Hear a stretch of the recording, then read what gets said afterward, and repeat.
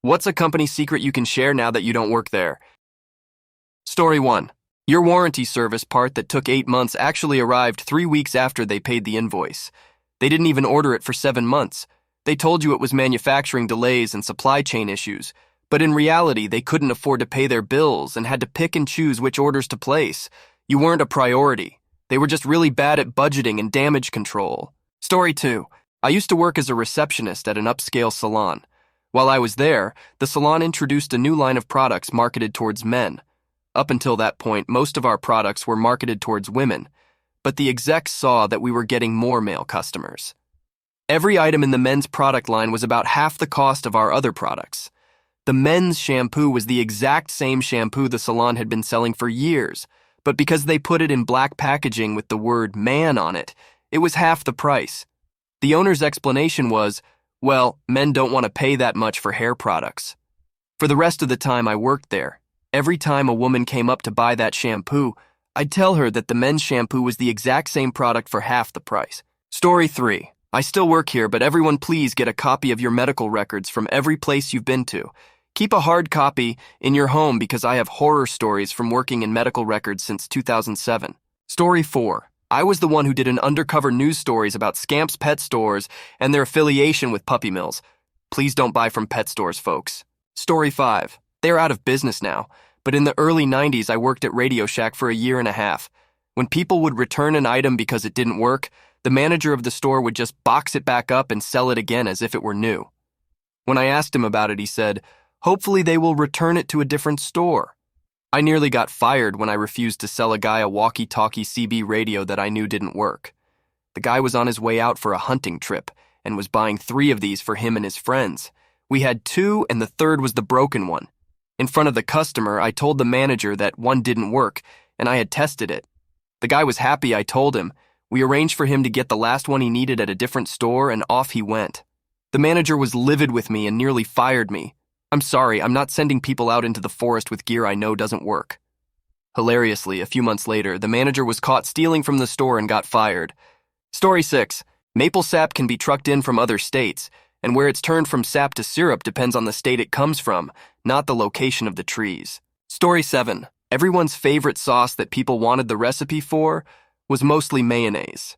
Sure, it was called creamy pineapple sauce, but it's just pineapple salsa and mayonnaise. Story 8. Inbound call center. That we are currently experiencing an unusually high call volume message is permanent. They just didn't staff adequately. Story 9. Government-funded refugee advocacy agencies at a time were approving a disproportionate amount of young women, 18-25, from Syria and Iraq, with a history of sexual assault for their services. Upon further investigation, my team and I discovered consultants from said agency were engaging in sexual relationships with these girls. They were denying them opportunities for employment to keep them in financial destitution purposely. When the girls became desperate, the consultants offered them private prostitution. I blew the whistle to the organization heads. They thanked me and the consultants were gone the next day. There was a huge meeting with the senior board, apologies and speeches about how this isn't the way they do things. Within 3 months, myself and the other 6 complainants and investigators had all resigned from the company for different reasons. On paper, it looks coincidental, but in reality, we were all individually pushed out. 2 of the consultants that we uncovered were not fired, but given the option to resign and are currently working at other agencies with vulnerable young women. Story 10. In the United States, one company's bread and butter was simply reboxing and relabeling computer monitors from China to make it seem like they were from the company and made assembled in some way by them. Story 11. I used to work at the front desk of a hotel. More often than not, if we tell you we're fully booked when you try to make a reservation, we actually are. But sometimes it's just nonsense we make up because we got a bad vibe from you. We get blamed if we accept a booking from a person who then trashed the room or was just all around annoying rude to the staff. It's not all hotels I worked at that do this, but some do. Story 12. One of our best restaurants in my town is locally famous and everyone goes there. They say everything is homemade. The thing they are famous for is the hot beef sandwiches with homemade potatoes and gravy and the fish fry. The fish fry they also have during the week listed as an entree called the cod platter. It is instant Cisco brown gravy mix and instant Cisco mashed potatoes. The cod is only fresh and fried on Fridays. If you order it during the week, it is frozen breaded Cisco fish fillets, aka a blend of random fish shaped into a stick. Story 13. The difference between the high-quality deli meat sold at M&S and the regular deli meat sold in other grocery stores is that we changed the label. We would literally stop the production line, wait for the guy who ran the label machine to swap them out, and then start it back up again. Story 14. Olive Garden breadsticks are just Franz brand breadsticks, garlic salt, and butter. Edit. It's margarine, not butter. I forgot there is a difference. Story 15. I used to work for a rural ISP. We had one access point with 13 customers, but only 12 IP addresses provisioned. This means only 12 out of 13 people could be online at any one time. Anytime a customer called from that service area, we'd log in and reboot the tower's radios, kicking everyone offline to force DHCP renewals. It always meant whomever was calling in was able to get an IP and get online, but we knew that if all 13 customers wanted to be online at once, we wouldn't be able to service them. I brought it up with management, but they deemed it too expensive to address. I explained that it made us look like a fly-by-night shady-as-heck outfit. Since it was a rural ISP, I knew I'm not just talking to one person either. I'm talking to him, his wife, dog, kids, priest, and 5 buddies from the coffee shop. Make a bad impression on one person, and you might as well take out an ad in their local paper calling the whole town jerks. I handed out a lot of free months of service working there, and would often make the point, credits aren't revenue for justifiably angry customers. Story 16. If you don't hear music when you're supposedly on hold, the operator simply muted their mic and can still hear you. I've heard interesting and damning things while they thought I couldn't hear them. Story 17. I worked at a Petco in Alaska. Apparently brown, black mice are not allowed up here. Only white mice. We got a shipment in of a bunch of black, brown mice and had to take them to the vet to be killed. Also, the animals are literally shipped in on a UPS truck and delivered in packages. I would open a package and it would be full of fish or mice or snakes. You never knew what was coming. It was wild. Luckily, my shift manager was a really good person. She tried her best to help any sick animal and was super diligent about keeping the cages really clean.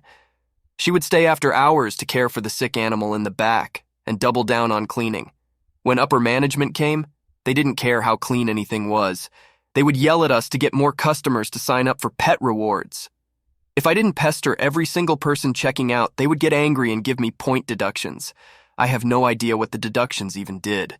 One of the upper managers watched me for like 3 hours when I was at the register. He said I wasn't pushy enough on getting people to donate, sign up for stuff.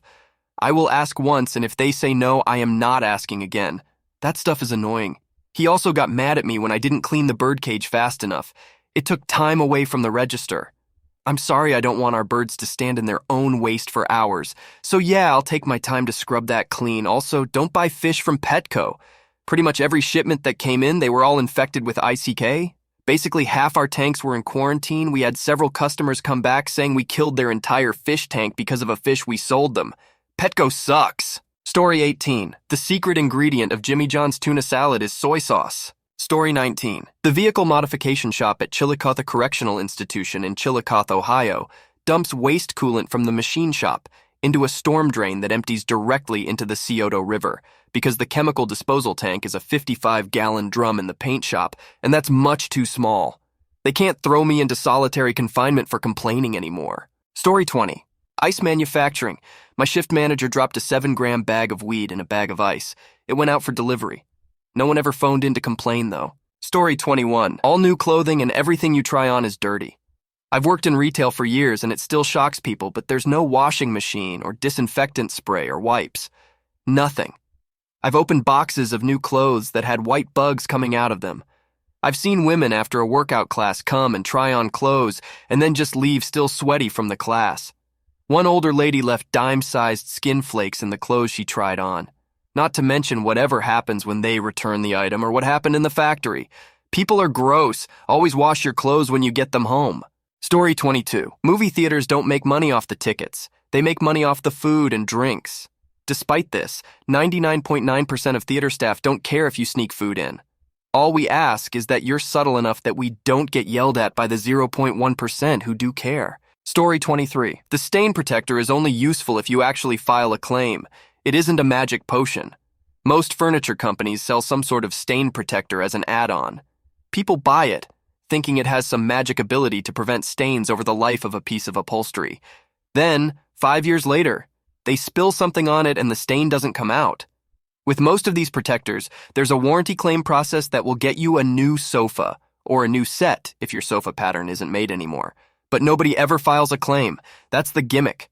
The company is counting on you not actually holding them to the deal that they made you, and virtually nobody does. Story 24. This isn't a company secret, but I worked part-time at a Domino's franchise in college.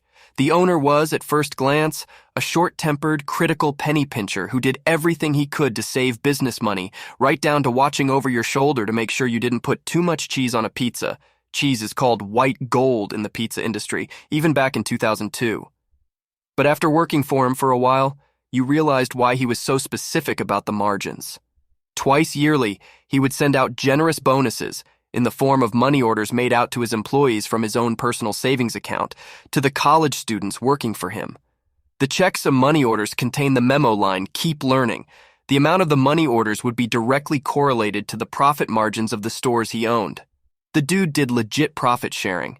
After I graduated, I heard a rumor that he was trying to start up a small education grant trust that would benefit applicants of the Farmer School of Business at Miami University, but I don't think anything ever came of it. This owner also played favorites when hiring. Every single one of his managers was a former employee.